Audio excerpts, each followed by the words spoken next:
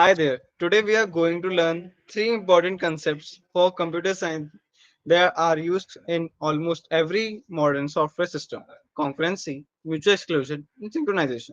Don't worry, this topic sounds new and technical. I will explain everything step by step using real life example that you already understand. By the end of this session, you not only know about these terms mean but also they are important and how they are affect programs and devices we use every day. What is concurrency? Let's start. Concurrency simply meaning doing multiple things at the same time. Let's take a real life example. Imagine you are cooking dinner while the rice is boiling and you chop vegetables. You are doing two tasks at the same time. That is concurrency. In computer world, this happens when a program or system handle multiple tasks at once. For example, when you plays music, receives a WhatsApp message, and downloads a file, all at that same times. That's concurrency. It makes system faster and more efficient. But there are different types of concurrency, and that lead us to the next topic: real versus virtual concurrency. Let's now talk about two types of concurrency: real and virtual. Real concurrency happens when you have multiple workers, processors doing the work at the same time. Imagine you are working with three friends to clean a house. One sweeps, one mops, and one dusts. That's real concurrency. Everyone is working at the same time.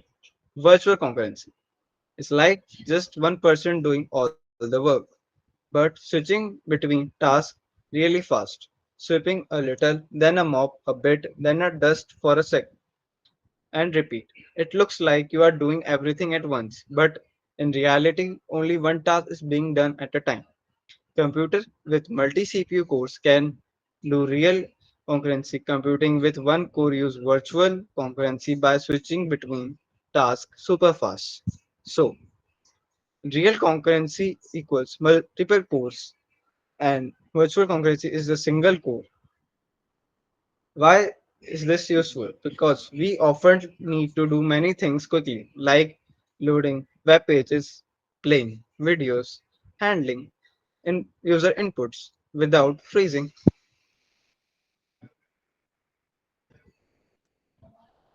Problem with concurrency. Now you might think, awesome, let's just run everything together. But there is a problem. When tasks share sometimes like a kitchen or a wallet, they can interfere with each other. Imagine two-person trying to use the ATM at the same time. One is withdrawing the money and other one is depositing. If the bank system process both at once without control the balance, they can mess up. That is everything where mutual exclusion comes in. Mutual exclusion means only one person can access a shared thing at a time. Real life example like of a public bathroom. There is one key. If someone is using it, you have to wait until they are done. That's mutual exclusion. In computing, this is used to prevent problem. When two process wants to use the same data at the same time, like two apps trying to save data to a file. To implement mutual exclusion, programmers use a tool like locks or mutex that say, hey, I'm using this, other must wait. Now, what is synchronization? Let's understand synchronization. If mutual exclusion is about who goes in alone and synchronization is about when someone is allowed to go in. Imagine a cooking show. The chef can't bake a cake before mixing the ingredients. Even although the equipment is free and the order of steps matters. That is synchronization. In computer, synchronization is used when a processor must wait for another.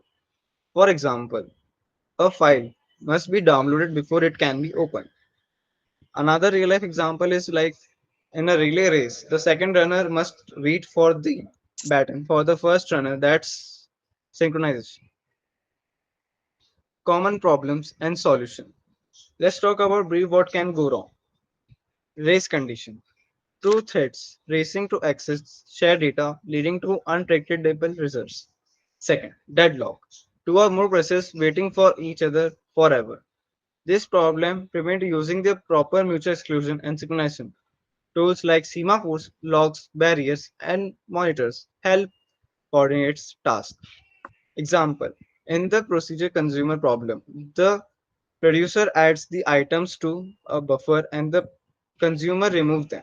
If they don't coordinate, the consumer might try to remove items they don't exist, and semaphores help to prevent that.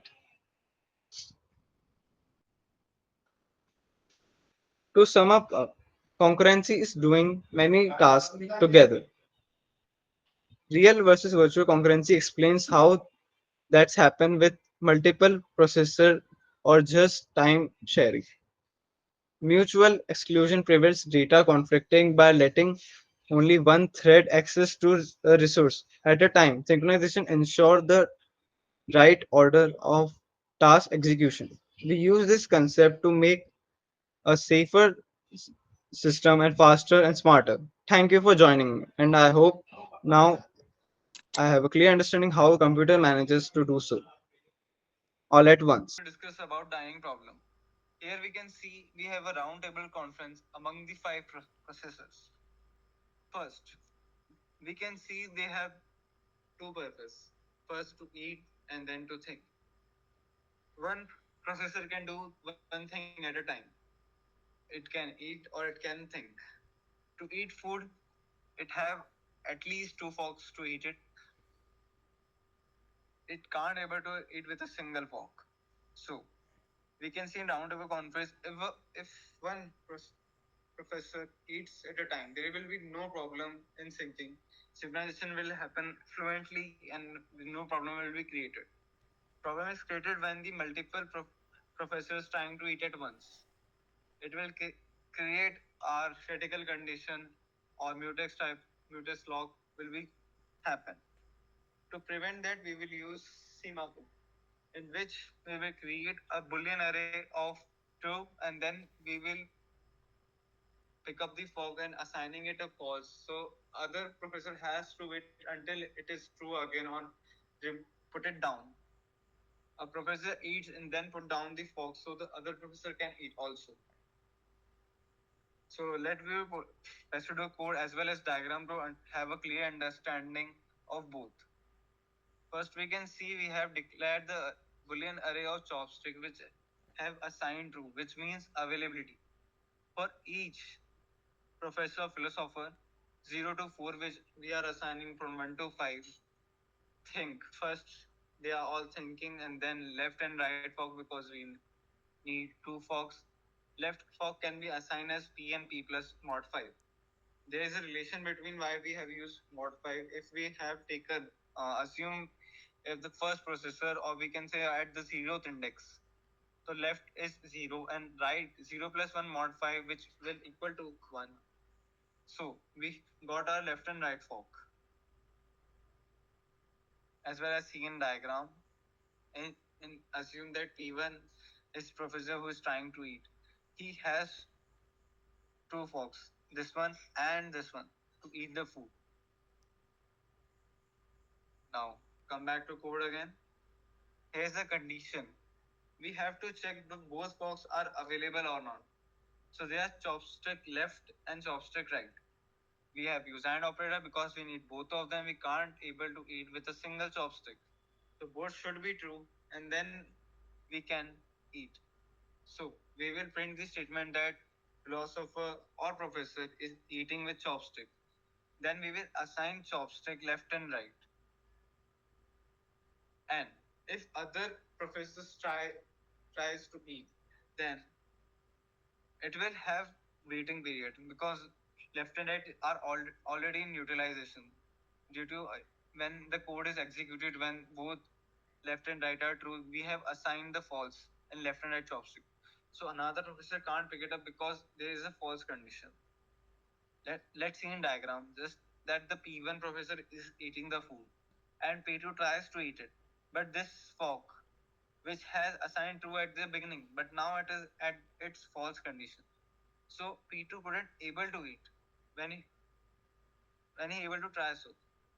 And then when Professor One is finished eating, then he will put down his fork that will assign chopstick left and right again in the true, which means it is available for others to eat. Now Professor Two can pick up the chopstick and eat. So as well as goes for Professor 3, 4, 5. All will go as a sync that they can eat at a time and go in a proper circular manner. Problems only created when multiple eats the food. If they are going in a sequence, it is all fine. As we can see, this is are the proper solution of dining problem of between the fried processor and the chopstick and the food. We can see how the relation goes between the mutex lock and how we have solved it by just using a basic pseudo code program like this. We can implement easily in Java and all. That's it. Thank you. So here are some notes. You can refer them and write it in your copy. I am displaying them so you can write it properly. So read it carefully and write it in your copy.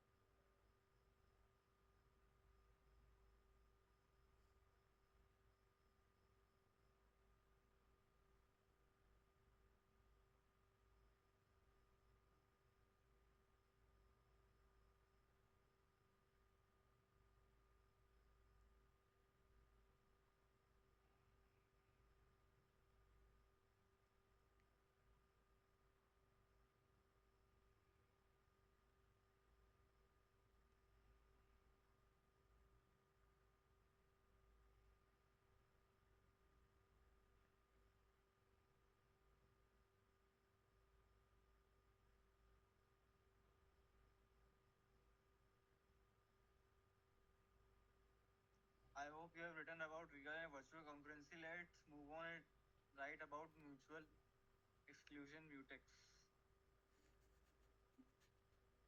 क्या बोलूँ मैं इसको?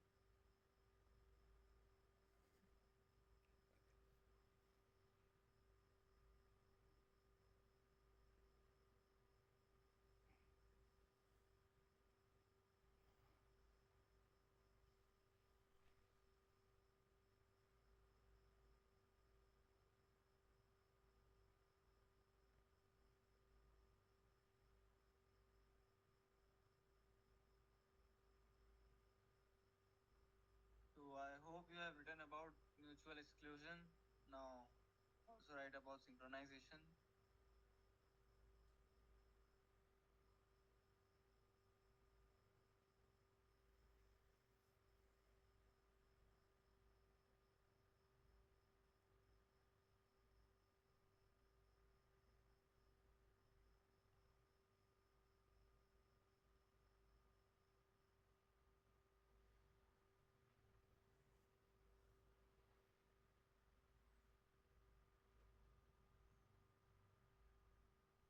Uh, Also write about tools for synchronization and key terms and summary, and finally the takeaways.